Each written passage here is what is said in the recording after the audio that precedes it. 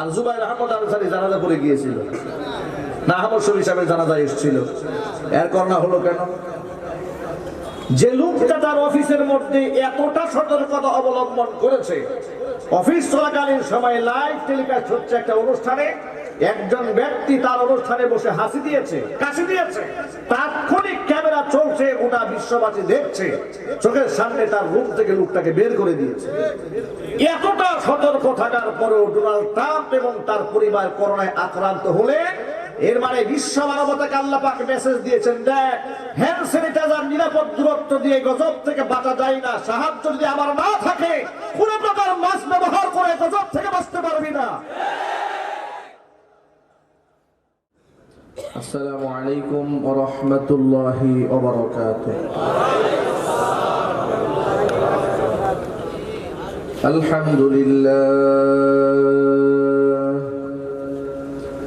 আলহামদুলিল্লাহ নাহমাদুহু ওয়া নাস্তাঈনুহু ওয়া নাস্তাগফিরুহু ওয়া নাউযু বিল্লাহি মিন শুরুরি আনফুসিনা ওয়া মিন সাইয়্যাতি আ'মালিনা। من يهده الله فلا مضل له ومن يضلله فلا هادي له ونشهد أن لا إله إلا الله وحده لا شريك له ونشهد أن سيدنا ونبينا وحبيبنا وشفيعنا ومولانا محمدا عبده ورسوله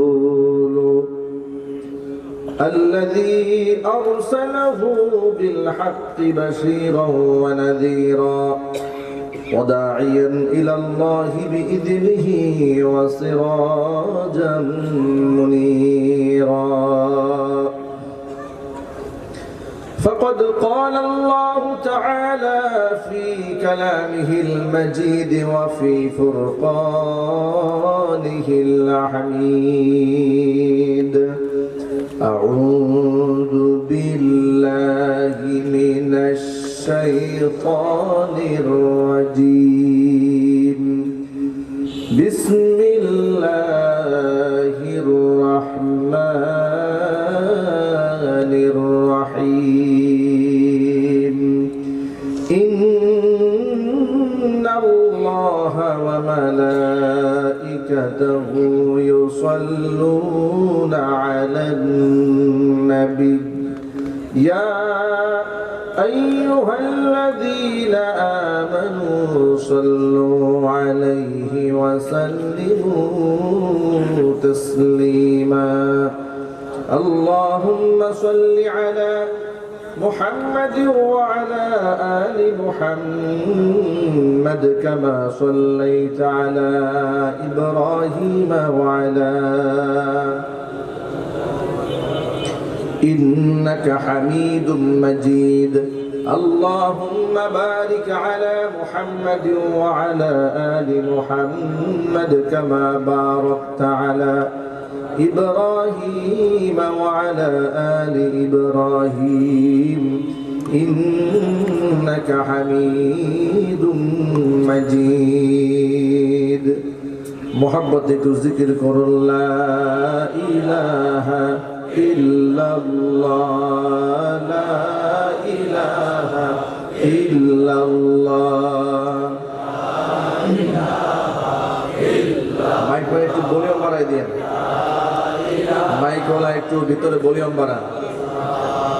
লা ইলাহা ইল্লাল্লাহ লা ইলাহা ইল্লাল্লাহ লা ইলাহা ইল্লাল্লাহ লা ইলাহা ইল্লাল্লাহ লা ইলাহা ইল্লাল্লাহ লা ইলাহা ইল্লাল্লাহ লা ইলাহা ইল্লাল্লাহ লা ইলাহা ইল্লাল্লাহ লা ইলাহা ইল্লাল্লাহ لا إله إلا الله لا إله إلا الله لا إله إلا الله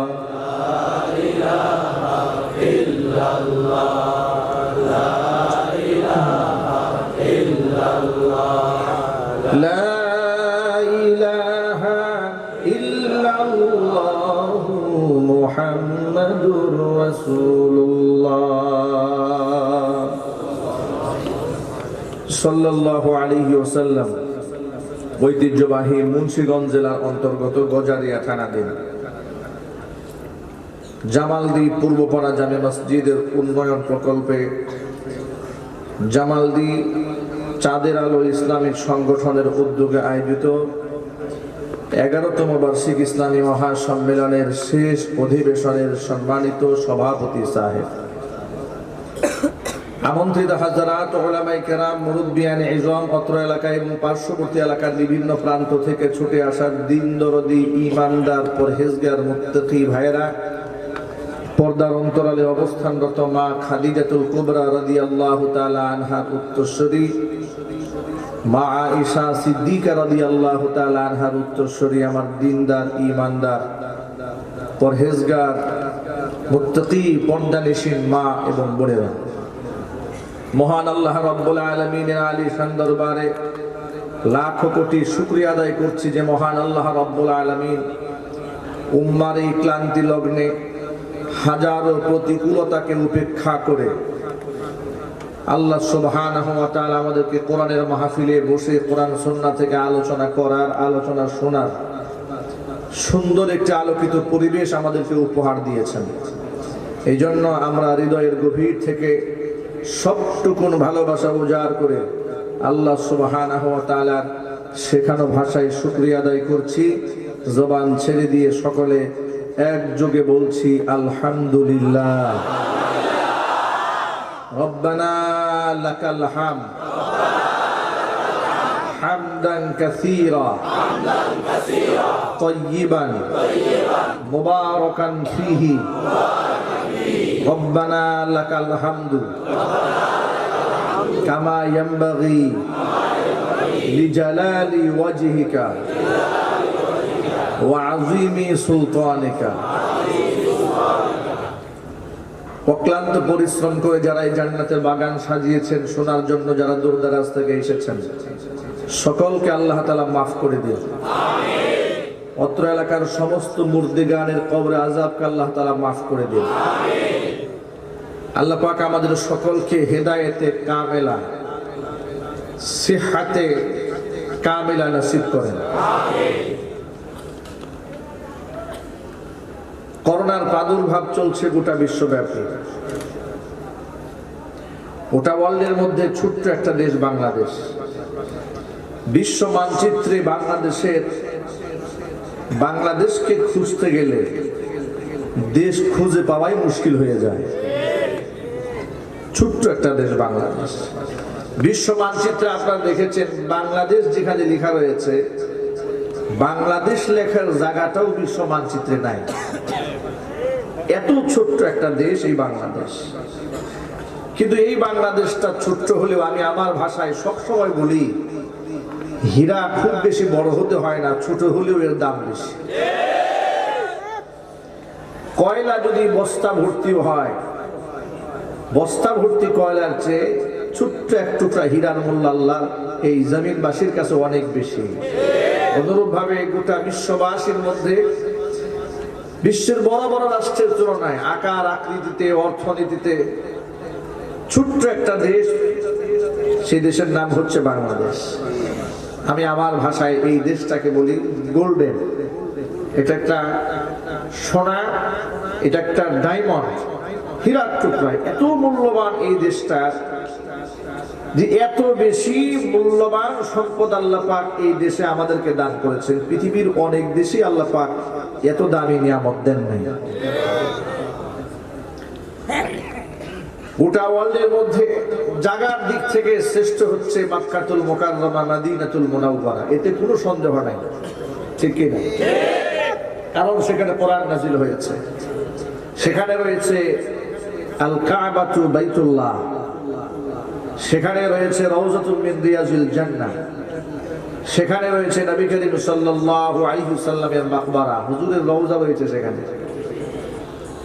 নিঃসন্দেহে এই দিক থেকে কাবা, মক্কা মুকাররমা অনেক দামি, অনেক মর্যাদাপূর্ণ, যার সাথে পৃথিবীর কোনো ভূখণ্ডের কোনো তুলনাই চলে না।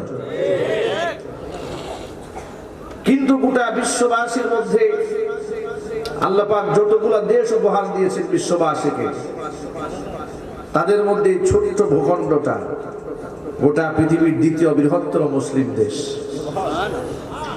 এই দেশে যত কোরআনের হাফেজ রয়েছে, যে মাটিতে কোরআন নাজিল হয়েছে সে মাটিতেও এত হাফেজ সাহেব নাই। এই দেশে যতগুলো মসজিদ রয়েছে গোটা পৃথিবীতে কোনো দেশে এত মসজিদ নাই। এদেশে যতগুলো মাদ্রাসা রয়েছে গোটা ওয়ার্ল্ডে কোনো দেশে এত মাদ্রাসা নাই। এদেশের মানুষের হৃদয়ে রসুলের জন্য, কোরআনের জন্য যে ভালোবাসা রয়েছে গোটা বিশ্বে তার বিরল দৃষ্টান্ত। গোটা পৃথিবীতে এমন নমুনা কোথাও খুঁজে পাওয়া যায় না। এমনকি মক্কা মুকাররমা মদিনাতুল মুনাওয়ারার মানুষের যে বর্তমান সময়ে উপমহাদেশের, এই বাংলাদেশের সোনার টুকরা, হীরার টুকরা দেশের জনগণের হৃদয়ে রসুলের মহাব্বত, রসুলের সুন্নাহর মহাব্বত সবচেয়ে বেশি। এই জন্য আমি এই দেশটাকে আমার ভাষায় হীরার টুকরা বলেছি, ডায়মন্ডের টুকরা বলেছি। আল্লাহ সুবহানাহু ওয়া তাআলা এই দেশটাকে ইসলামের জন্য কবুল করে নেন। আল্লাহ সকলে চিৎকার দিয়ে বলুন আল্লাহুম্মা আমিন। একটি গুড নিউজ দিয়ে আজকে আমি আলোচনা শুরু করবো ইনশাআল্লাহ। যত মানুষ আমার সামনে, আপনারা এতগুলো মানুষ জমে বসে আছেন, আপনাদের কি ভয় হচ্ছে যে করোনায় ধরবে? এই আতঙ্ক যেন আপনাদেরকে আতঙ্কগ্রস্ত না করে ফেলে, এই জন্য আপনাদেরকে একটা গুড নিউজ দিয়ে আজকে আলোচনা শুরু করতে চাচ্ছি। আমা তাওফীকি ইল্লা বিল্লাহ আলাইহি তাওয়াক্কালতু ওয়া ইলাইহি উনীব।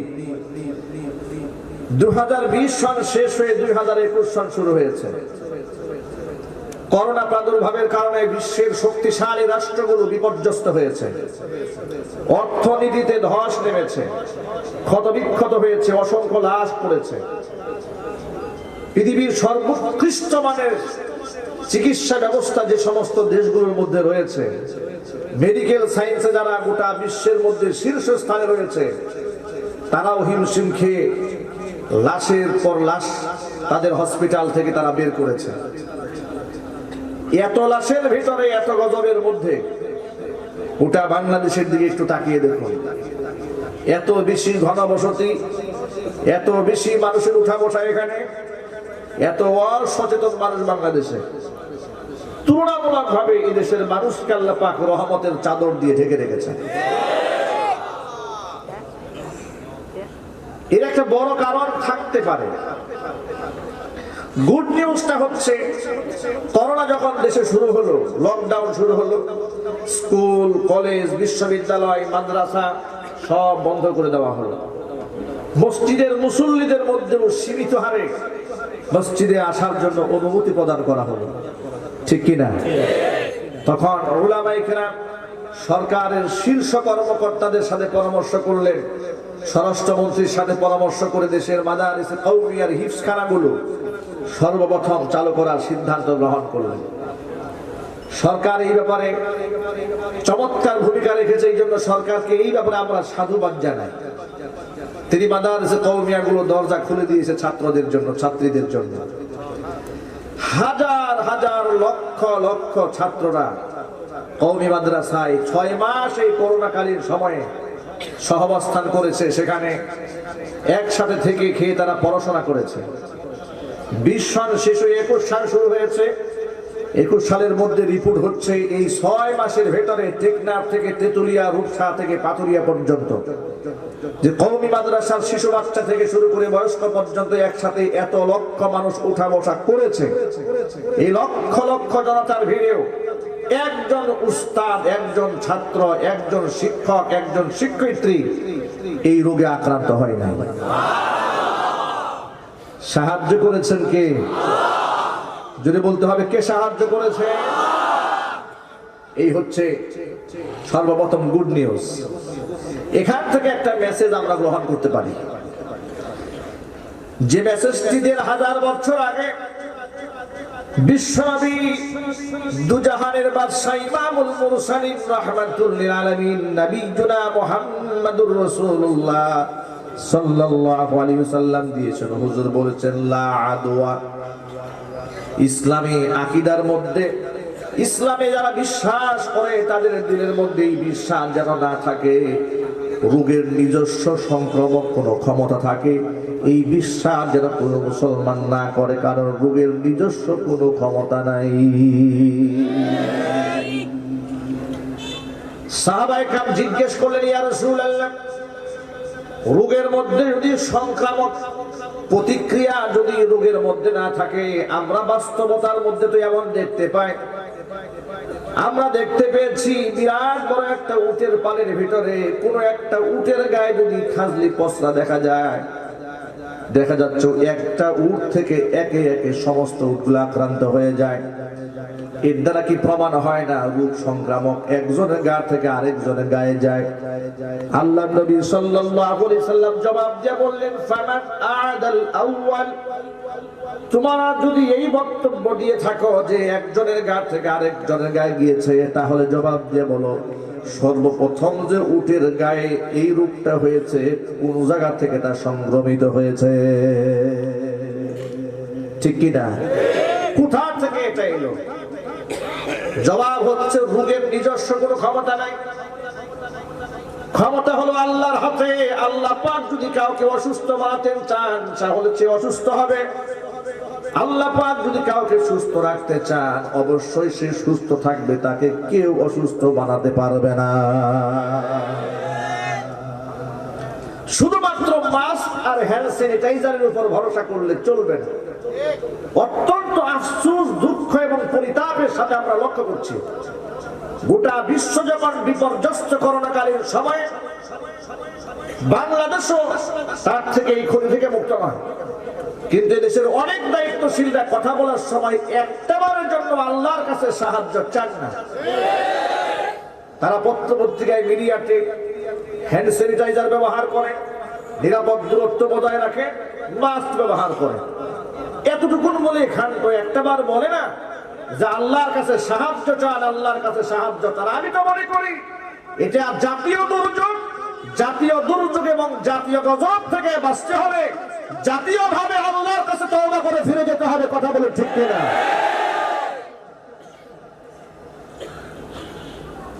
কারণ হলো কোনটা আযাব আর কোনটা গজব এটা তো আমরা জানি না। আমার আল্লাহ পাক বলেন, যত মুসিবত তোমাদের জীবনে আসে মুসিবত আমি এমনিতেই দেই নাই। ওয়ামা আসাবাকুম মিন মুসিবাতিন ফাবিমা কাসাবাত আইদিকুম ওয়া ইয়াফু আন কাসীর। যত বিপদ তোমাদের পাকড়াও করে সব তোমাদের নিজেদের হাতের কামাই করা। অসংখ্য মানুষকে তো আমি আল্লাহ ছাড় দিয়া দেই, ক্ষমা করে দেই, অসংখ্য বিষয়কে আমি আল্লাহ ছেড়ে দেই। আবার মাঝে মাঝে কিছু বিষয়ে তোমাদেরকে আমি পাকড়াও করি, সামান্য সাজার সম্মুখীন তোমাদেরকে করি। কেন করি সেটাও শোনো। আল্লাহ পাক বলেন, যাহারাল ফাসাদু ফিল বাররি ওয়াল বাহরি বিমা কাসাবাত আইদিন নাস লিয়ুযীকাহুম বা'দাল্লাযী আমিলু লা'আল্লাহুম ইয়ারজিউন। জলে এবং স্থলে যত প্রকারের বিপর্যয় হয়, যত প্রকারের ঘূর্ণিঝড় হয়, যত প্রকারের জলোচ্ছ্বাস হয়, অতিবৃষ্টি হয়, অনাবৃষ্টি হয়, খরতাপ হয়, যত প্রকারের মুসিবত তোমাদেরকে পাকড়াও করে সব মানুষের হাতের কামাই করা। আমি মাঝে মাঝে এদেরকে সাজাটা কেন দেই? লিয়ুযীকাহুম বা'দাল্লাযী আমিলু, মানুষ যে অপকর্ম করেছে কিছুটা স্বাদ যেন আস্বাদন করে নিজেরা সতর্ক হইয়া আল্লাহর দিকে ফিরে আসতে পারে, আল্লাহর দিকে যেন ফিরে আসতে পারে। এই জন্য আল্লাহ কিছুটা সাজা দেন, পরিপূর্ণ সাজা আল্লাহ পাক দেন না। এই জন্য মাঝে মাঝে বিপদ আসলে, মুসিবত আসলে মুমিনরা ঘাবড়াবে না, মুমিনরা সতর্ক হবে। যদি বলুন ঠিক কিনা? কপাল পোড়া মুসলমান এত বড় দুর্যোগ দেখার পরেও আল্লাহকে চিনল না। এত বড় করোনা এসেছে, আল্লাহ সুবহানাহু ওয়া তাআলাকে বোঝার চেষ্টা করলো না। বাস্তবতার দিকে তাকায় দেখুন, যারা খুব বেশি মাস্ক ব্যবহার করেছে, হ্যান্ড স্যানিটাইজার যারা বেশি ব্যবহার করেছে, নিরাপদ দূরত্ব যারা বেশি বজায় রেখেছে, করোনায় তাদেরকেই বেশি পাকড়াও করেছে। যদি বলেন ঠিক কিনা? একদম বিশ্বের শ্রেষ্ঠতম প্রধানমন্ত্রী ডোনাল্ড ট্রাম্প থেকে শুরু করে, কি ডোনাল্ড ট্রাম্প মনে হয় ঘন ঘন মসজিদে যাইতো নাকি? আর জুবাইর আহমদ আনসারী জানাজা পড়ে গিয়েছিল না, আহমদ শরীফ সাহেবের জানাজা এসেছিল। এর করোনা হলো কেন? যে লোকটা তার অফিসের মধ্যে এতটা সতর্কতা অবলম্বন করেছে, অফিস চলাকালীন সময় লাইভ টেলিকাস্ট হচ্ছে একটা অনুষ্ঠানে, একজন ব্যক্তি তার অনুষ্ঠানে বসে হাসি দিয়েছে, কাশি দিয়েছে, তাৎক্ষণিক ক্যামেরা চলছে, গোটা বিশ্ববাসী দেখছে, চোখের সামনে তার রুম থেকে লোকটাকে বের করে দিয়েছে। এতটা সতর্ক থাকার পরেও ডোনাল্ড ট্রাম্প এবং তার পরিবার করোনায় আক্রান্ত হলে, এর মানে বিশ্ব মানবতাকে আল্লাহ পাক মেসেজ দিয়েছেন, দেখ হ্যান্ড স্যানিটাইজার নিরাপদ দূরত্ব দিয়ে গজব থেকে বাঁচা যায় না, সাহায্য যদি আমার না থাকে, কোন প্রকার মাস্ক ব্যবহার করে গজব থেকে বাঁচতে পারবি না।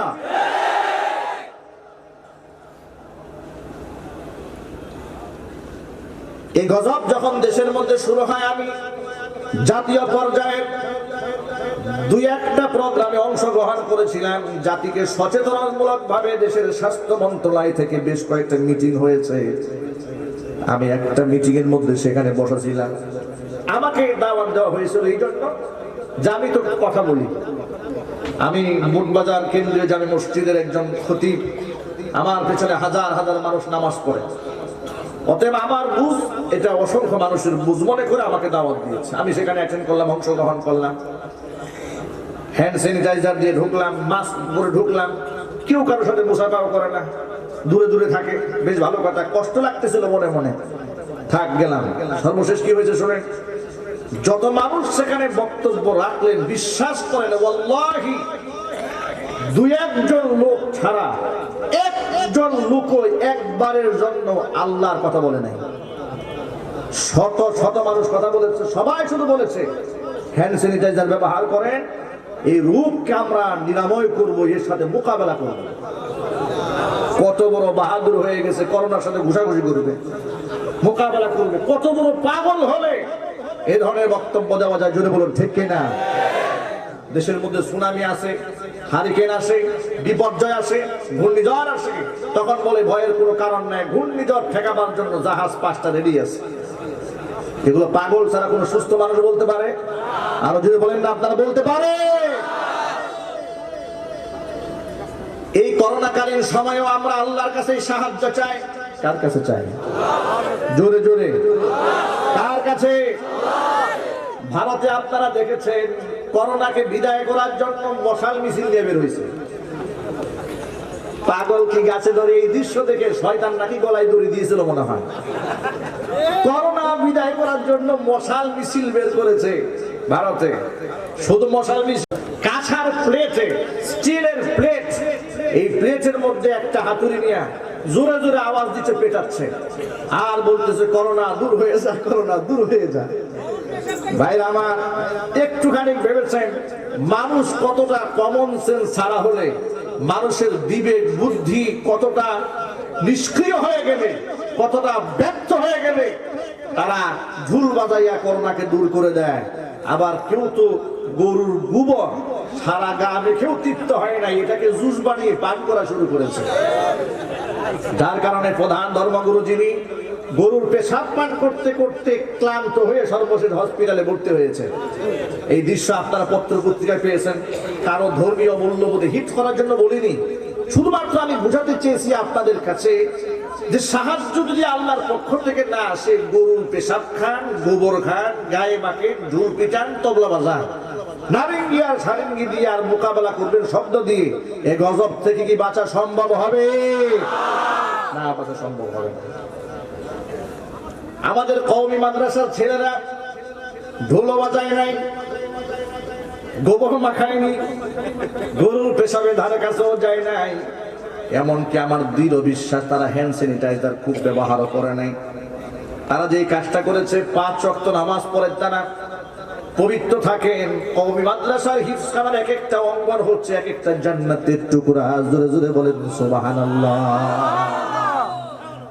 নাপাকের কোনো স্থান নাই সেখানে। 24টা ঘন্টার মধ্যে 16 থেকে 18 ঘন্টা পর্যন্ত কোরআন সুন্নাহ যারা তিলাওয়াত করেন, কোরআন যারা পড়েন, সেই প্রতিষ্ঠানের নাম হচ্ছে হিফজ মাদ্রাসা। সেই মাদ্রাসার ছেলেরা লেখাপড়া করলেন, শত শত হাফেজ হলেন, একজন সন্তান হয়ে আক্রান্ত হলেন না। প্রিয় ভাইরা আমার, আল্লাহ সুবহানাহু ওয়া তাআলা জাতিকে দেখায় দিলেন, কিন্তু সবাই এটা দেখবে না। চোখ থাকিতে অন্ধ যারা, তারা এটা দেখবে না। আলেমদের অবদানও দেখবে না, তাদের পবিত্রতাও দেখবে না, তাদের শ্রেষ্ঠত্বও দেখবে না, গুণাগুণ দেখবে না। শুধুমাত্র দোষ তালাশ করে বেড়ায়। কিভাবে আলেমদেরকে দোষারোপ করা যায়, কিভাবে মৌলবাদ বলে গালিগালাজ করা যায়। কথা বলেন ঠিক কিনা? কিছুদিন তো ওরা চেষ্টা করে দাড়ি টুপির উপর হামলা করতে, কিছুদিন চেষ্টা করে মাদ্রাসার মধ্যে জঙ্গি আছে এই তকমা লাগিয়ে মাদ্রাসার বিরোধিতা করতে, আবার কিছুদিন তো চেষ্টা করে মাদ্রাসার মধ্যে বলৎকার শব্দ বলে মাদ্রাসার অবস্থানকে জাতির সামনে খাটো করার জন্য। জোরে বলেন ঠিক কিনা? কিন্তু আপনারা জানেন, জন্মের পর থেকে দেখে এসেছি, স্বাধীনতার পর থেকে বাংলাদেশে যতগুলো নাটক, সিনেমা, সিরিয়াল বানানো হয়েছে, সিনেমার মধ্যে সবচাইতে বাজে চরিত্র, সবচাইতে নোংরা চরিত্র, সবচাইতে জঘন্য চরিত্র লোকটার মুখে দাড়ি আর মাথার মধ্যে টুপি তারা পরিয়ে দিয়েছে। ঠিক কিনা? ছোটবেলায় যখন দেখতে পার ভাবতাম যে দাড়িওয়ালা লোকটা আসলে খুব খারাপ লোক মনে হয়। মাথার মধ্যে টুপি নিয়ে আর মুখের মধ্যে দাড়ি নিয়ে কি জঘন্য কাজগুলো এরা করে। এই ধারাবাহিকতা এখনো বন্ধ হয় না। অদ্যাবধি এই বছর পর্যন্ত আমি দেখেছি, 16 ডিসেম্বর যখন এসেছে, যেমন খুশি তেমন সাজয়, বিভিন্ন স্কুলে সাংস্কৃতিক অনুষ্ঠান হয়। সেই যেমন খুশি তেমন সাজো সাংস্কৃতিক অনুষ্ঠানে যাকে রাজাকারের চরিত্র দেওয়া হয়, তার গায়ে সাদা একটা পাঞ্জাবি পরাই দেওয়া হয়, তার মুখের মধ্যে দাড়ি দেওয়া হয়, এরপর এত জঘন্য ভাবে তাকে উপস্থাপন করা হয়। এরপরে নারীর গায়ের কাপড় টেনে সে খুলছে, ধর্ষণ করছে, মিথ্যা কথা বলছে, মানুষ খুন করছে, অস্ত্র হাতে নিয়ে মানুষের বুককে ঝাঁঝরা করে দিচ্ছে। এই হচ্ছে দাড়ি এবং টুপির মেসেজ। ওরা বিশ্ববাসীর সামনে এভাবে যুগ যুগ ধরে তুলে ধরার চেষ্টা করেছে। এখন আমি যদি আপনাদের সকলের কাছে জানতে চাই, আসলে কি বাংলাদেশের দাড়ি এবং টুপিওয়ালাদের চরিত্র এরকম? জবাবটা কিন্তু সবাই দেন নাই। যাদের সন্দেহ হয় তারা জবাবটা দিবেন না। যাদের সন্দেহ না থাকে, মুমিন মুসলমান হয়ে থাকলে এক বাক্যে সত্যকে বলিষ্ঠ কণ্ঠে উচ্চারণ করে বলবেন, সিনেমাতে, নাটকে, সিরিয়ালে, পত্র পত্রিকায়, মিডিয়াতে কিংবা সাংস্কৃতিক অনুষ্ঠানে দাড়ি টুপির বিরুদ্ধে যেভাবে তারা উস্কানিমূলক ভাবে উপস্থাপন নোংরা ভাবে করে থাকে, বাস্তবতার সাথে কি এর আদৌ সম্পর্ক আছে? ওরা যে জাতি অমিথ্যাবাদী, এটা হচ্ছে তার বড় প্রমাণ। ওরা আমাদেরকে বলে আমরা যেন কণ্ঠের আওয়াজটা নিচু করে ওয়াজ করি। আমাদের কণ্ঠ গরম শুনলে নাকি ওদের পাতলা পায়খানা শুরু হয়ে যায়। আমার প্রশ্ন হচ্ছে, আলেমদের হুঙ্কার শুনলে তো কাফেরদের ভয় পাওয়ার কথা, আলেমদের হুঙ্কার শুনলে মুশরিকদের ভয় পাওয়ার কথা, আলেমদের বক্তব্য শুনলে নাস্তিকের ভয় পাওয়ার কথা। মুসলমান হয়ে মাথার মধ্যে টুপি দিয়ে আপনি শুক্রবারে নামাজেও যান, আবার মাঝে মাঝে নাকি তাহাজ্জুদের নামাজও পড়েন, আমরা শুনতে পাই। তা আলেমদের প্রতি আপনার এত বিদ্বেষ কেন? আপনার এত ভয় কেন? কথা বলেন ঠিক কিনা? জোরে বলতে হবে। এত ভয় কেন আপনার? আমি সকল ভাইদেরকে বলি এইভাবে, গোটা বাংলাদেশে ইসলামিক কৃষ্টি কালচার আদর্শের উপরে হামলা করার জন্য, প্রতিষ্ঠানগুলোকে বরবাদ করার জন্য একদিন দুদিন ধরে নয়, স্বাধীনতার পর থেকে এখনো পর্যন্ত একটা গোষ্ঠী প্রতিনিয়ত আলেমদের বিরুদ্ধে উস্কানি দিয়েই যাচ্ছে। জোরে বলেন ঠিক কিনা? চাঁদপুরে রিসেন্টলি আপনার ঘটনা একটা দেখেছেন, মাদ্রাসার এক শিক্ষককে বলাৎকারের অভিযোগ করে মাথার চুলকে নেড়া করে পুলিশে ধরিয়ে দিয়েছে। বাংলাদেশের সবগুলা প্রায় জাতীয় পত্রিকার মধ্যে ছাপা হয়েছে। দাড়ি টুপি নিয়ে হুজুররা মাদ্রাসার মধ্যে কত খারাপ কাজ করে। একদিন যেতে না যেতে প্রমাণ সামনে দেওয়া হয়েছে যে আসলে যাকে বলাৎকার বলে মাথার চুলটাকে ন্যাড়া করে দেওয়া হয়েছে, যাকে গ্রেফতার করে পুলিশে ধরিয়ে দেওয়া হয়েছে, ওই লোকটা এই জঘন্য অন্যায়ের সাথে ন্যূনতম তার সম্পর্ক নাই। তাহলে কাজটা কেন করলো? সূত্র ধরে জানা গেল মাদ্রাসাকে বন্ধ করে দেওয়ার জন্য বহুবার তারা চেষ্টা করেছে, পারে নাই। কি বলে মাদ্রাসা বন্ধ করবে? জঙ্গি বলেছে, কাজ হয় নাই। কারণ হলো বাস্তবতার সাথে মিল নাই। মাদ্রাসার মধ্যে জঙ্গি হয় না, মাদ্রাসার মধ্যে আখলাক এবং চরিত্র শেখানো হয়। পারে নাই এভাবে আঘাত করতে। তারা মনে মনে ভাবলো যদি একটা অপবাদের বোঝা কাদের উপর চাপায় দেওয়া যায়। আর হলুদ মিডিয়ার হলুদ সাংবাদিকরা সব সময় তো উকি মেরেই থাকে কিভাবে আলেমদের বদনাম করানো যায়। পত্রিকায় ছাপাই দিল। দুদিন পরে যখন ঘটনা বাস্তবতা জাতির সামনে এসছে, তখন কিছুটা ধোঁয়াশা কেটেছে, কিন্তু জাতীয় সবগুলো পত্রিকায় নতুন করে সংবাদটা আর ছাপায় নাই। এই যে ভুল নিউজ, একটা বাজে নিউজ গোটা বিশ্বময় ছড়ায় পড়ল। মাদ্রাসার উপর একটা ভালো একটা খারাপ একটা ব্লেম দেওয়ার জন্য, জঘন্য একটা অপবাদ দেওয়ার জন্য চেষ্টা তারা এভাবে যুগ যুগ ধরে চালিয়েছে। ডকুমেন্টের কারণে, দলিলের কারণে, কিংবা মিডিয়ার শক্তি না থাকার কারণে আলেমরা সত্যকে তুলে ধরতে সাহস পায় না। জুড়ে বলুন ঠিক কিনা? কিন্তু আমি বলতে চাই, এই রকম অপবাদ দিয়ে, এরকম জুলুম করে বাংলার মাটি থেকে ইসলামকে মেটানো সম্ভব হবে না। মাদ্রাসা বন্ধের ষড়যন্ত্র করলেও কাজ হবে না।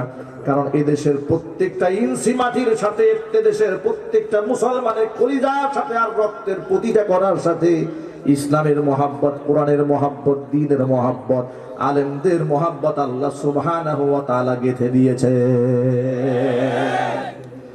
আমি আমার সকল ভাইদেরকে বলি, ভাইরা আমার, মাদ্রাসার সন্তানরা কি আমল করলেন আল্লাহ পাক তাদেরকে করোনা থেকে হেফাজত করলেন। 5 ওয়াক্ত নামাজ পড়েছেন, ওযু করেছেন, পবিত্র থেকেছেন, কোরআনে কারীম তিলাওয়াত করেছেন, সাহায্য করেছেন কে? আল্লাহ। আর জোরে আল্লাহ। ভাই আমার, ইমাম সাহেবরা হাজার হাজার মানুষদেরকে নিয়ে নামাজ আদায় করেছেন, এখনো করছেন। মাহফিলের মধ্যে অসংখ্য মানুষ প্রতিদিন আমাদের সামনে বসেন, তারা কোরআনের কথা শোনেন, ইসলামের কথা শোনেন। আমি তো ভরসা রেখে আল্লাহর উপর ভরসা করে বলতে চাই, বেশি বেশি কোরআনের মাহফিলে যারা আসবে, বেশি বেশি মসজিদে যারা যাবে, বেশি বেশি আল্লাহর সাথে সম্পর্ক যারা রাখবেন, তাদেরকে আল্লাহ সুবহানাহু ওয়া তাআলা গজব থেকে হেফাজত করবে। এরপরও যদি আমার কোনো ভাই আক্রান্ত হন, অসুস্থ হন, তো আমার ঘাবড়াবার কোনো কারণ নাই। এই নিউজটাও শুনে রাখেন, যদি দেখা যায় হাজারো সতর্কতা থাকার পর আমার ঈমান হলো, আমার বিশ্বাস হলো, কোন ইমানদার যদি কোনো গজবে আক্রান্ত হয়ে যান, কারণ মহামারী যখন দেখা যায়, ইমানদার, বেঈমান, মুনাফিক আর ভালো মানুষ, খারাপ মানুষ সব একযোগে আক্রান্ত হয়ে যায়। কিন্তু ইমানদারের হারাবার কোনো ভয় নাই, খুয়াবার কিছুই নাই। তার কারণ নবী করিম সাল্লাল্লাহু আলাইহি সাল্লাম বলে দিয়েছেন, মান মাতা ফি তাউনি ফাহুয়া শাহীদুন। কোন ইমানদার যদি মহামারীতে আক্রান্ত হয়ে যান, আল্লাহ পাক তাকে শাহাদাতের মর্যাদা নসিব করায়া দেয়। ইমানদার যদি কষ্ট পান, ভয়ের কোনো কারণ নাই। ইমানদার যদি জেলে যায়, তারপরেও ভয়ের কারণ নাই। ইমানদার যদি পেরেশান হয়ে যায়, তারপরে ভয়ের কারণ নাই। ইমানদার যদি ক্ষত বিক্ষত হন, তার ভয়ের কারণ নাই। কারণ হলো, লক্ষ্য করেন কোরআন মাজিদের আয়াতে কারিমা, মাইয়ামাল সুআন ইউজজা বিহি। কোন ব্যক্তি যদি একটা গুনাহ করে, অবশ্যই তার প্রায়শ্চিত্তটাকে ভোগ করতে হবে। এই আয়াতটা যখন নাজিল হয়ে গেল, আবু বকর সিদ্দিক রাদিয়াল্লাহু তাআলা আনহু বলেন, আয়াতটা যখন আমি শুনলাম, আমার এই পিছনের মেরুদণ্ডের হাতটা এমন ভাবে টাস টাস করে মনে হয় ফুটে যাচ্ছিল ব্যথায়। আমি যেন ব্যথা অনুভব করতেছিলাম, আমার চেহারা ফ্যাকাশে হয়ে গেল। আবু বকর সিদ্দিক বলেন, নবীজি আমার চেহারা দেখে বললেন, আবু বকর মালাকা, কি ব্যাপার, কি হয়েছে আপনার, আপনি এমন করেন কেন?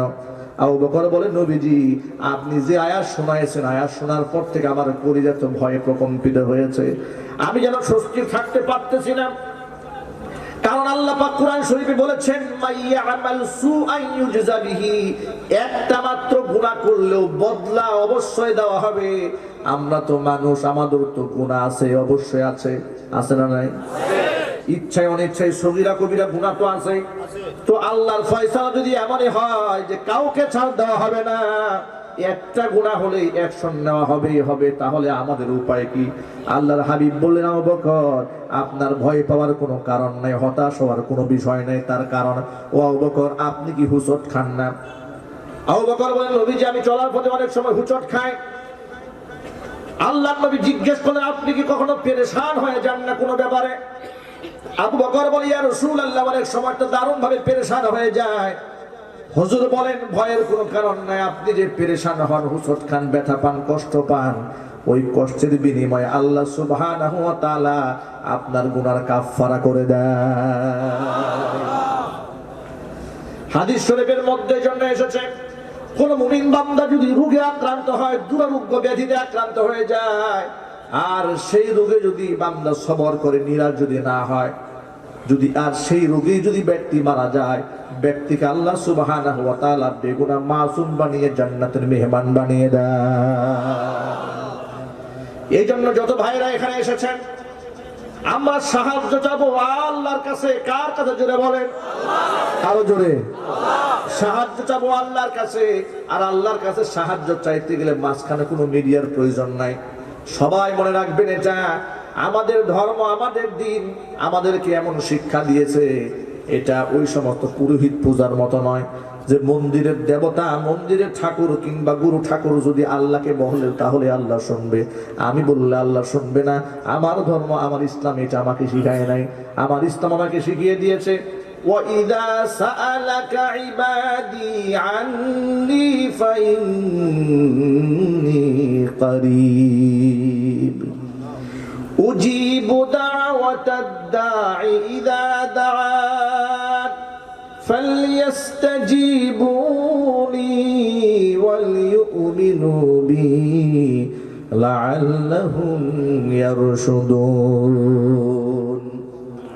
নবীজি, বান্দারা যদি আমার ব্যাপারে জানতে চায়, ওয়াইদা সাআলাকা ইবাদি আন্নি, আমার ব্যাপারে আপনার কাছে আমার বান্দারা যদি জানতে চায়, জবাবটা আপনার দেওয়া দরকার নাই, জবাবটা আমি আল্লাহ দিয়ে দিচ্ছি। ফা ইন্নী করিব, আমি বান্দার খুবই কাছাকাছি আছি। এত কাছাকাছি আছি। উজিবু দাওয়াতাদ দাঈ ইযা দান, বান্দা যখনই আমাকে ডাকে, তার ডাকে আমি আল্লাহ সাড়া দিই। ভাইরা আমার, আপনারা এক বাক্যে জবাব দিয়ে বলেন, আমার আল্লাহ কি মিথ্যা কথা বলেন? কোরআনে কি ভুল ইনফরমেশন আছে? ভুল তথ্য আছে? কোরআন তো বলে আল্লাহকে ডাকলে আল্লাহ ডাকে সাড়া দেন।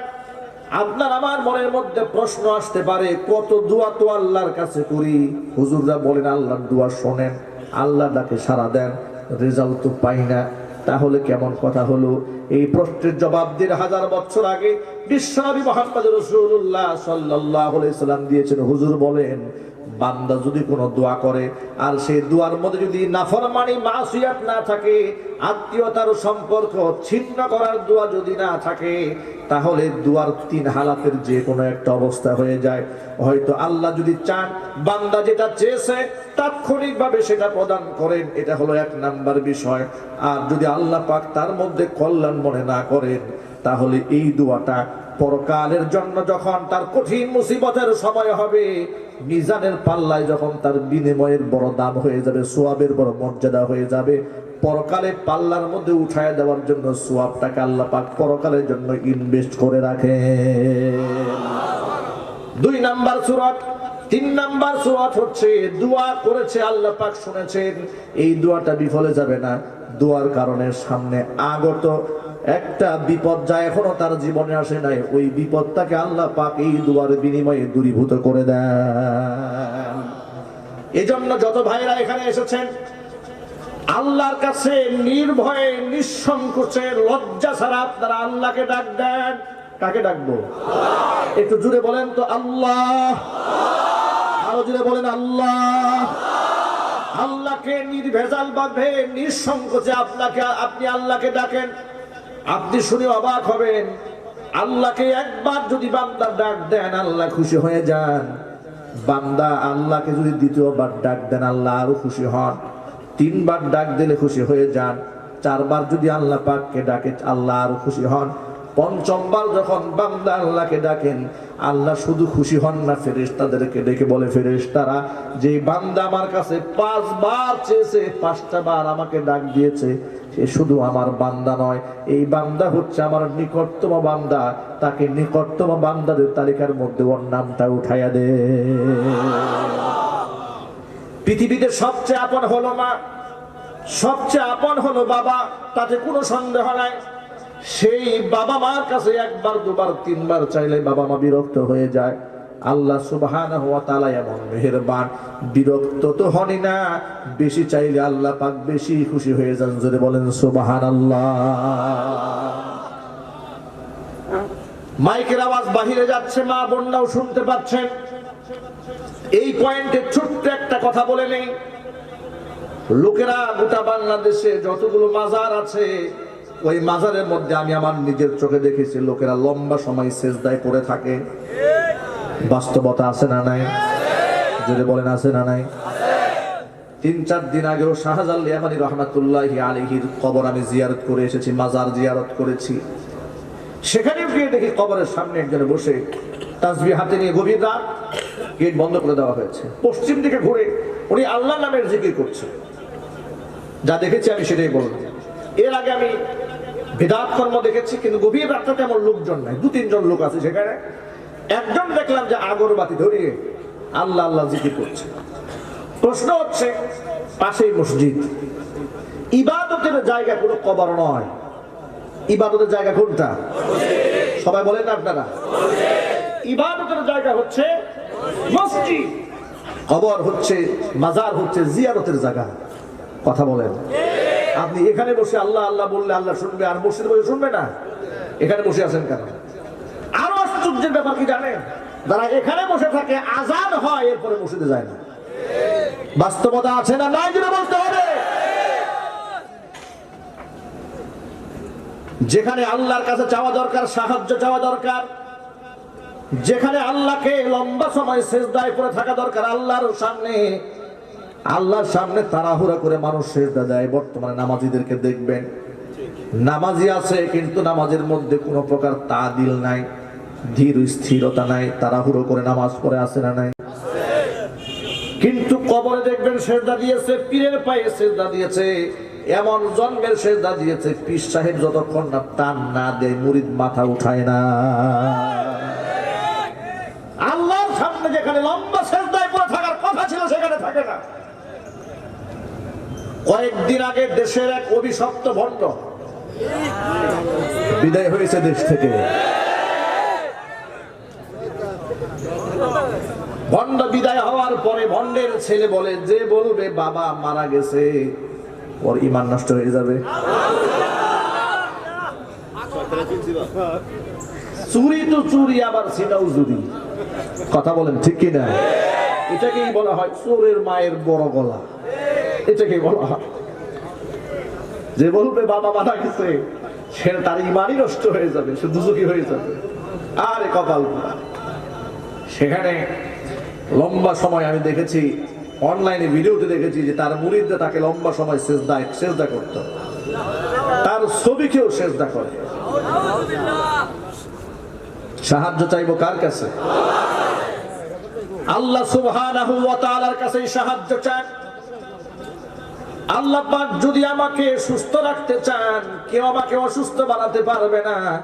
আর আল্লাহ যদি অসুস্থ বানাতে চান, দুনিয়ার কোনো মাছ আমাকে সুস্থ রাখতে পারবে না। যদি বলুন ঠিক কিনা?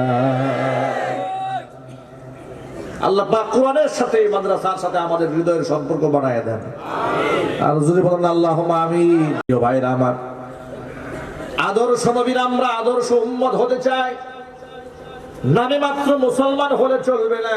ইসলাম তো গতানুগতিক ভাবে নাম সর্বস্ব, কোনো ধর্মের নাম নয়। হিন্দু ধর্ম যেমন মন্দির কেন্দ্রিক, খ্রিস্টান ধর্ম যেমন গির্জা কেন্দ্রিক, ঠিক কিনা? ইসলাম ধর্ম কি মসজিদ কেন্দ্রিক? এরকম একটা ধর্ম নাকি? অনেক মুসলমানদেরকে এ কথা আমি বুঝাতেই পারি না। এ কথা বলতে গেলেই বলে হুজুর তো রাজনীতির ওয়াজ করে। মাথায় ধরে না, মুসলমানের সন্তান হয়ে জীবনের সকল ক্ষেত্রে ইসলাম মান্য করতে হবে, এই বিশ্বাস যদি, এই কনসেপ্ট যদি না থাকে, তাহলে আসলে সে মুসলমান হতে পারে নাই। কথা বলেন ঠিক কিনা? আপনারা সকলেই বলেন আমাদের ধর্ম কি শুধুমাত্র মসজিদ কেন্দ্রিক? আমার ধর্ম আমার জীবনের শুরু থেকে শেষ পর্যন্ত সকল ক্ষেত্রে দিক নির্দেশনা দান করেছে। আর আমার নবী শুধুমাত্র আমাদের জন্য, মুহাম্মদ সাল্লাল্লাহু আলাইহি ওয়াসাল্লাম শুধুমাত্র মুসলমানদের নবী নন, গোটা জগৎবাসীর জন্য তিনি নবী। জুড়ে বলেন সুবহানাল্লাহ। আল্লাহ পাক বলেন ওয়া মা আরসালনাকা ইল্লা রাহমাতাল লিল আলামিন। ও নবীজি, আমি আপনাকে গোটা জগৎবাসীর জন্য রহমত স্বরূপ পাঠিয়ে দিয়েছি।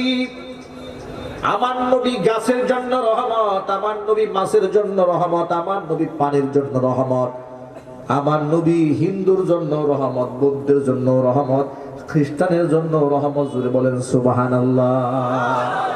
আপনারা হয়তো অবাক হতে পারেন, হুজুর এটা কেমন কথা?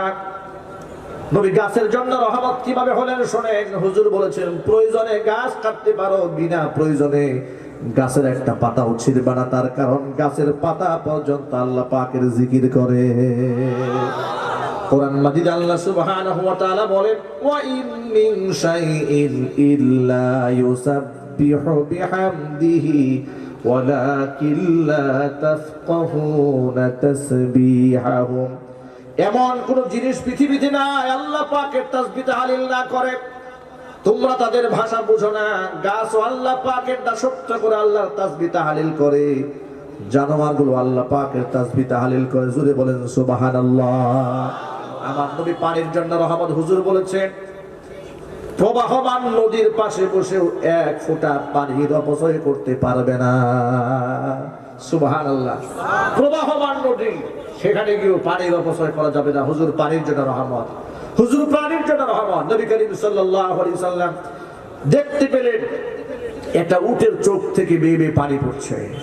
নবী করিম সাল্লাল্লাহু আলাইহি সাল্লাম উটের মালিককে ডাকলেন, ডেকে বললেন তোমার উট তার চোখের পানি দিয়া, তার চোখের ভাষা দিয়ে আমি মুহাম্মদ সাল্লাল্লাহু আলাইহি সাল্লামকে বুঝিয়েছে, তুমি যে পরিমাণ পরিশ্রম উটকে করাও সেই পরিমাণ আহার দাও না।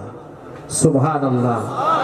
ভেবেছেন আপনারা প্রাণীর জন্য নবী করিম সাল্লাল্লাহু আলাইহি সাল্লাম রহমত। তৎকালীন যুগে গাধা এবং খচ্চরের গায়ে লোহা গরম করে দাগ দেওয়া হতো, যাতে করে মালিক তাকে সহজে চিনতে পারে। নবী করিম সাল্লাল্লাহু আলাইহি সাল্লাম দেখলেন একটা প্রাণীর গায়ে এমন ভাবে ক্ষত করে দেওয়া হয়েছে, তার থেকে কষ বেয়ে বেয়ে পড়ছে। এই দৃশ্য থেকে হুজুর বললেন যারা প্রাণীর গাকে ক্ষত করে তাদের উপর আল্লাহ পাকের লানত। আল্লাহু আকবার বলবেন। জানোয়ারের জন্য বিশ্বনবী মুহাম্মদ সাল্লাল্লাহু আলাইহি সাল্লাম রহমত। এবার হিন্দু, বৌদ্ধ, খ্রিস্টান তাদের জন্য কেমনে রহমত শোনেন। এই কথাগুলো আমার দেশের বামপন্থীরা জানে না, কারণ তারা জানবে কিভাবে? তারা তো কোরআনও পড়ে না, হাদিসও পড়ে না, ওরা তো তসলিমা নাসরিনের বই পড়ে। ওরা এমন গবেষক, তারা এমন বুদ্ধিজীবী হয়ে গেছে। এখন তো একটা স্টিল বুদ্ধিজীবী ইদানিং শুনতে পাওয়া যাচ্ছে, তিনি আলেমদেরকে উপদেশ দেন। তিনি করোনাকালীন সময় আলেমদেরকে কাঠ মোল্লা বলে গালিও দিয়েছিলেন। এমন একজন বুদ্ধিজীবী দেশে ইদানিং দেখা যাচ্ছে, আছে না নাই? আরো জোরে বলেন। তিনি আবার বাংলাদেশের এক কুখ্যাত বুদ্ধিজীবী, নাম তার শাহরিয়ার কবির। তার পক্ষে অবস্থান নিয়ে তিনি বক্তব্য দিয়ে বেড়াচ্ছেন। আবার তিনি বলেন শাহরিয়ার কবিরকে যেভাবে ব্যঙ্গ বিদ্রুপ করা হচ্ছে, তার পক্ষে যদি আমি কথা না বলি কিয়ামতের মাঠে আল্লাহর কাছে জবাব দিতে হবে। আল্লাহর কাছে কত বড় আল্লাহর ওলি! শাহরিয়ার কবিরের পক্ষে কথা না বললে হাসরের মাঠে আল্লাহর কাছে জবাব দিতে হবে। আল্লাহর কত ভয় করি যায়। রসুলকে গালি দেয়, ওনার প্রতিবাদ নাই। আলেমদেরকে মৌলবাদ বলে, ওনার প্রতিবাদ নাই। হাড় ভেঙে দেওয়া হবে, ঘাড় মটকায় দেওয়া হবে, পানিতে ভাসায় দেওয়া হবে, দেশান্তরিত করা হবে, ওনার প্রতিবাদ নাই। নাস্তিকের পক্ষে কথা না বললে আল্লাহর কাছে জবাব দিতে হবে। এই লোকটা খায় কি জাতির কাছে স্পষ্ট করা দরকার। কথা বলেন ঠিক, কে বলতে হবে।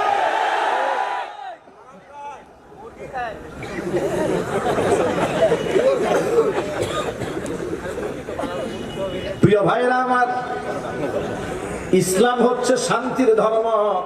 অন্যায়ের ক্ষেত্রে আপনি প্রতিবাদ করতে হবে, এটা ঠিক, কিন্তু আপনি ইসলামের পক্ষে কথা বলেন, আল্লাহর পক্ষে কথা বলেন, নবীজির পক্ষে কথা বলেন। আপনারা অনেক সময় আমাদেরকে বলেন, হুজুর আপনারা এত গরম হন কেন মাহফিলে? বলে কিনা? বলে না? ওরা অভিযোগ তুলেছে, হুজুর ভাই এত চিৎকার দিয়ে কথা বলে কেন? মিষ্টি মিষ্টি কথা বলতে পারে না, কেঁদে কেঁদে বলতে পারে না, তাহলে তো মাহফিলগুলো ঠিক থাকে। এত গর্জন দেয় কেন হুজুররা? আমি আমার সকল ভাইদেরকে এই কথাটা বোঝাবার জন্য বলি, ভাষা দুই রকম, একটা হচ্ছে উপদেশের ভাষা, আরেকটা হচ্ছে সতর্ক করার ভাষা। দুই ভাষা কি এক ভাষা? যদি বলেন, বাচ্চাকে যখন আদর করবেন, সোহাগ করবেন, বাচ্চাকে যখন পড়াবেন, আল্লাহ চিনাবেন, রসুল চিনাবেন, মিষ্টি মিষ্টি কথা বলে শেখাবেন, যখন দেখবেন এই বাচ্চা না বুঝে হঠাৎ করে আগুনের মধ্যে হাত দিতে যাচ্ছে, তখন আপনি কি করবেন? তখন একটা ধমক দিবেন জোরে সোরে, কথা বলেন ঠিক কি না? নাকি তখন বলবেন যে আব্বা যান আপনি আগুন ধরছেন, ওখানে যাবেন না? কি বলেন? এইভাবে শুনলে বাচ্চা বলবে এটা ভালো করে মিষ্টি মনে হয়, এটা এটা খাওয়ার দরকার। কথা বলুন ঠিক কি না? এটা যদি আপনারা সহজে বুঝেন, একজন আলেম আপনাদেরকে হিদায়েতের কথা বলেন, মিষ্টি মিষ্টি কথা শোনান, কাহিনী শোনান, যখন সে দেখতে পান যে আপনি জাহান্নামের পথে পা দিচ্ছেন, আপনি জাহান্নামের দিকে হাত বাড়িয়েছেন, পা বাড়িয়েছেন, তখন এই জাহান্নাম থেকে বাঁচার জন্য আলেম আপনাকে ধমকের সুরে কথা বলেন। আর সেই ধমকের ভাষাটা একটু কঠিন হয়, একটু শক্ত হয়, আর এটাই আদর্শ, এটাই বাস্তবতা, এটাই সুন্নাহ। কিন্তু এই ধমকটা আপনি নিতে পারেন না কেন? এই ধমকটা আপনি নিতে পারেন না কেন? আপনি নিতে পারেন না এই জন্য আপনারা আলেমদের উপরে খবরদারি চালাতে চান। আপনারা মনে মনে ভাবেন হুজুররা আমাদের উপর শাসন করবে কেন? আমরা হলাম শাসক, ওনারা হচ্ছেন শোষিত। আমরা শোষণ করব, ধমক দিব, ওনারা শুধু শুনবেন। ওনারাও দেখে আমাদেরকে ধমক দেন, ঘটনা কি? ওনারা আমাদেরকে ধমক দেন কেন? ওনারা আমাদেরকে ধমক না দিয়ে আমাদেরকে অনুরোধ করতে পারেন না? মনে রাখতে হবে, ওলামায়ে কেরাম হচ্ছেন মুকুটবিহীন সম্রাট। তারা হচ্ছেন রাষ্ট্রের অবিসংবাদিত নেতা। তাদের অবস্থা হচ্ছে মানুষের হৃদয়ে, তোমাদের ভালোবাসা হচ্ছে মানুষের মুখে। যার কারণে ক্ষমতা মানুষের থাকে যতদিন, সম্মান থাকে ততদিন। আলেমরা বুড়ো হয়ে যায়, কিন্তু আলেমদের সম্মান কমে না। এমনকি মৃত্যুর পরেও আলেমদের সম্মানের নমুনা আকাশ জমিন সাক্ষী হয়ে যায়। বাস্তবতা আপনারা দেখেছেন, আল্লামা শাহ আহমদ শফী রহমাতুল্লাহি আলাইহির ইন্তেকালের পরে, আপনারা দেখেছেন আল্লামা জুবাইর আহমদ আনসারী রহমাতুল্লাহি আলাইহির ইন্তেকালের পর, কয়েকদিন আগে দেখেছেন আল্লামা নূর হোসেন কাসিমি রহমাতুল্লাহি আলাইহির ইন্তেকালের পরে, যাকে আপনারা মৌলবাদী বলে গালি দিতেন, এই সেই লোক আল্লামা নূর হোসেন কাসিমি, যাকে তারা মৌলবাদী বলেছে, যাকে তারা জঙ্গিবাদী বলেছে, যাকে তারা উস্কানিমূলক বক্তব্য দেয় বলেছে, এই বুড়ো মানুষটাকে আমি নিজে চোখে দেখেছি। হাঁটতে পারে না, চলতে পারে না, হুইল চেয়ারে বসে বসে রাজপথে ইসলামের জন্য নাস্তিকের বিরুদ্ধে মিছিল করেছে। তারা হচ্ছে সমাজের আসল পীর, এরাই হলো আসল আলেম, এরাই হলো আসল পীর। খানকার পীর আসল পীর নয়। শুধুমাত্র খানকায় যারা থাকে ইসলামের পক্ষে তর্জন গর্জন দেয় না, ন্যায় সঙ্গত কথা বলে, কিন্তু অন্যায়ের বিরুদ্ধাচরণ যারা করে না, তারাও বুজুর্গ। কিন্তু দুই বুজুর্গের মধ্যে আকাশ আর জমিন পার্থক্য, জোরে বলুন ঠিক কিনা? তারা হচ্ছে নকল বুজুর্গ, তারা হচ্ছে সত্য থেকে যারা জবানকে বিরত রাখে। নবী করিম সাল্লাল্লাহু আলাইহি সাল্লাম বলেছেন, আস-সাকিতু আনিল হাক্কি শাইতানুন আখরাস, সত্য থেকে জবান যারা বিরত রাখে তা এরা হচ্ছে বুবা শয়তান। এখন সমাজের মধ্যে আলেমদের মধ্যে ভাগ হয়ে গেছে। বাতিলদের কাছে কিছু আলেম বড় প্রিয়, আর কিছু আলেম বড় অপ্রিয়। কথা বলেন ঠিক কিনা? বাতিলদের কাছে প্রিয় কারা শোনেন? চুরি করে চোখে দেখে না, ডাকাতি করে চোখে দেখে না, ইসলামের বিরুদ্ধে কথা বলে চোখে দেখে না, দেখেও দেখে না, শুনেও শুনে না, বুঝেও বুঝে না। এ যেন সুম্মুন বুকুমুন উমিয়ুন ফাহুম লা ইয়ারজিউন। কথা বলেন ঠিক কিনা? এরকম যারা থাকবে, অন্যায়কে যারা মেনে নিবে, এই সমস্ত হুজুরদেরকে তারা বড় পছন্দ করে, বলে এরা হলো আধ্যাত্মিক হুজুর। কথা কয়, এরা হলো আধ্যাত্মিক হুজুর। আর যে হুজুর প্রতিবাদী, যে হুজুর হুঙ্কার দেয়, যে হুজুর ধমক দেয়, তাদেরকে বানিয়েছে এরা হলো মৌলবাদী হুজুর। এখন আমি যদি আপনাদের কাছে জানতে চাই, কেউ যদি ইসলাম এবং আল্লাহ তার রাসূল কোরআনের আদর্শের বিরুদ্ধে কথা বলে, আমি কি ধমক দেব না, নাকি সুমা দেব গিয়া? আরো জোরে বলতে হবে। মনে রাখবেন, ইসলামের মধ্যে নরমি যেমন রয়েছে, দ্বীনের স্বার্থে ইসলামের মধ্যে গরমও আছে, না নাই? আবু বকরের চাইতে নরম তো পৃথিবীতে কেউ ছিল না, ঠিক কিনা? বদর যুদ্ধ হয়ে গেল, 70 জন কাফের গ্রেফতার হলো। নবী করিম সাল্লাল্লাহু আলাইহি সাল্লাম পরামর্শ করলেন, ও সাহাবীরা, এই যে 70 জন গ্রেফতার হয়েছে, তাদের ব্যাপারে কি করা যায়, তোমরা পরামর্শ দাও। আবু বকরের কাছে পরামর্শ চাইলেন। আবু বকর বললেন, নবীজি, যারা ধরা পড়েছে আমাদের কারো না কারো আত্মীয়, কারো না কারো চাচা, কারো না কারো ভাই, কারো না কারো বাবা, এদেরকে হত্যা করে লাভ নাই। আমরা যেহেতু মুসলমানরা অর্থনৈতিক ভাবে এতটা দুর্বল, মুক্তিপণ নিয়ে এদেরকে বিদায় করে দেওয়া যায়। অপশন দুইটা, ফায়দা হলো দুইটা। মুক্তিপণ নিয়ে বিদায় করে দিলে একটা হলো আমরা অর্থনৈতিক ভাবে স্বাবলম্বী হলাম, দ্বিতীয়ত এই মানুষগুলা পরবর্তীতে কালিমা পড়ে মুসলমান হওয়ার একটা সুযোগ রয়ে গেল। অধিকাংশ সাহাবায়ে কেরাম এই মতামত ব্যক্ত করলেন। সর্বশেষ নবী করিম সাল্লাল্লাহু আলাইহি সাল্লামের সাহাবী হযরত উমরকে রাসূল জিজ্ঞেস করলেন, হাদিসটা মুসলিম শরীফে এসেছে, ওমা রায়ুকা ইয়া উমর, হে উমর, তোমার রায় কি? ঠান্ডা সাহাবী, ঠিক না? সবাই যখন এই রায় দিয়েছে, মতামত ব্যক্ত করেছে, ওমর ফারুক রাদিয়াল্লাহু তাআলা আনহু একটু কঠিন ভাষায় রাগান্বিত হয়ে বললেন, ওয়াল্লাহি মা রাআইতু মা রাআ আবু বকর সিদ্দিক। নবীজি, আমি আল্লাহর কসম করে বলি, আবু বকর যে রায় দিয়েছে ওই রায়ের সাথে আমি একমত হতে পারি নাই। যারা আমাদেরকে মাত্র 313 জন দুর্বল মনে করে সমলে উৎপাদন করে দেওয়ার জন্য অস্ত্রে শস্ত্রে সজ্জিত হয়ে 1000-এর বাহিনী, যারা আমাদেরকে বদর প্রান্তে হামলা করেছে, যারা আমার নবীকে হত্যা করতে চেয়েছে, যারা মুসলমানদের নাম নিশানা জমিন থেকে মিটিয়ে দিতে চেয়েছে, নবীজি আল্লাহর কসম করে বলি, তাদের সাথে আমার কোনো কম্প্রোমাইজ নাই। আমার সিদ্ধান্ত জানতে চেয়েছেন, আমার রায় হচ্ছে তলোয়ার আমার হাতে উঠায় দেন। আমার আত্মীয় স্বজন, আমার রক্তের আত্মীয় যারা, তাদের কল্লা উড়াবো আমি নিজের হাতে। আবু বকরের হাতে তরবারি উঠায় দেন। আবু বকরের রক্তের সম্পর্কের যারা ধরা পড়েছে, তাদের কল্লা আবু বকর নিজের হাতে উড়াবে। উসমানের হাতে তরবারি উঠায় দেন। উসমান নিজের হাতে নিজের আত্মীয়দের কল্লা উড়ায় দেবে।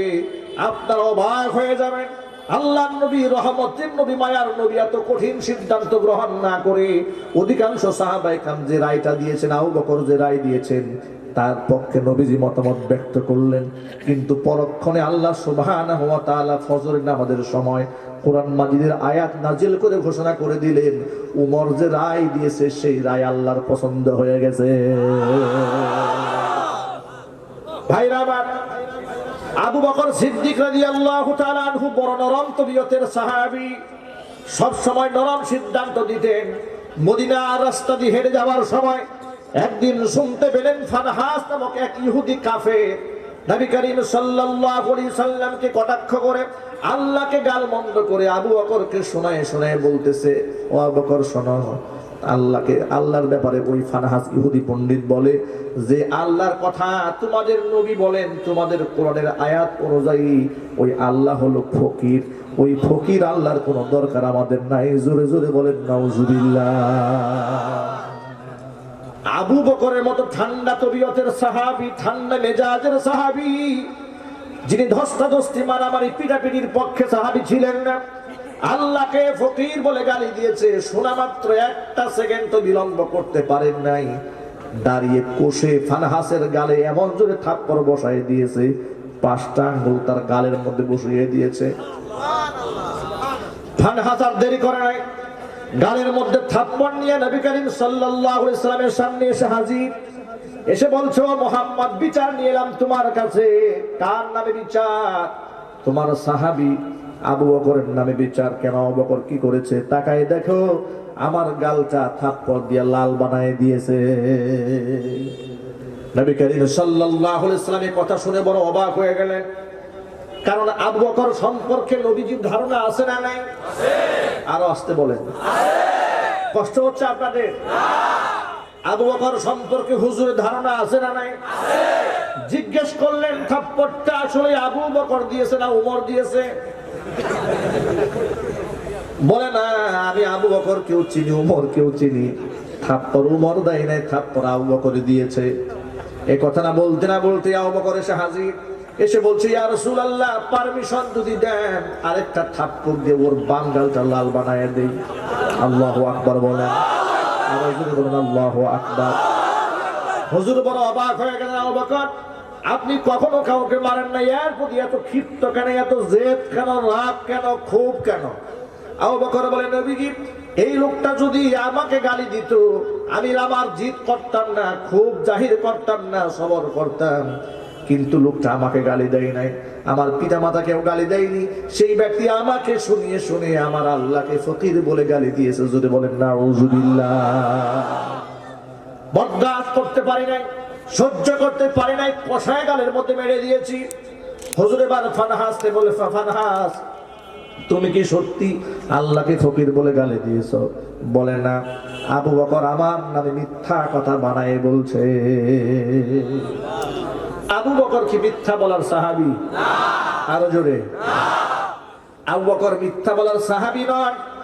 হুজুর বললেন, আবু বকর আপনি তাকে থাপ্পড় দিয়েছেন সাক্ষী আপনি নিজেই, কিন্তু সে যে আল্লাহকে ফকির বলে গালি দিয়েছে কোনো প্রমাণ কি আপনার কাছে আছে?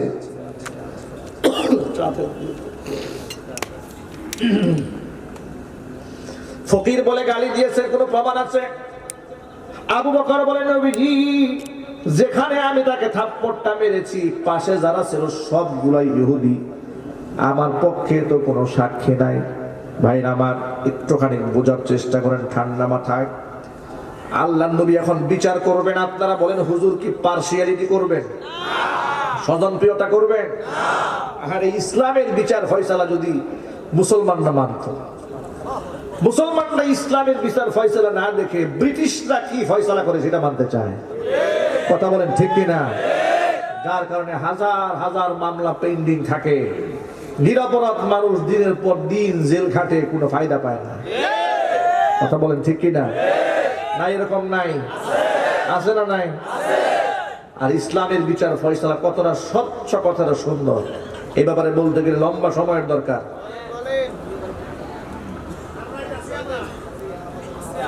সারা রাত আছে। এই যে দেখেন, চাঁদপুরে যে আলেম তার মাথার চুল নেড়া করে লাঞ্ছিত করা হয়েছে, যারা এই কাজটা করলো, একজন নিরপরাধ আলেমকে ষড়যন্ত্রমূলক ভাবে এই কাজটা যারা করেছে, ইসলামের দণ্ডবিধি অনুযায়ী এর ব্যাপারে কি হতো, এর মাথার চুলটাও নেড়া করে এর দূররা মানা হতো, যে অপবাদটা দিয়েছে। কোরআন মাজিদে বলা হয়েছে, যারা মুমিন মুমিনা নারীদেরকে জিনার অপবাদ দেয়, যদি জিনা প্রমাণিত হয় তাহলে তো এদেরকে, যদি বিবাহিত হয় তাহলে এদেরকে রজম মারা হবে, হত্যা করা হবে, অবিবাহিত হলে দূররা মারা হবে। মাইকে লাইন আছে?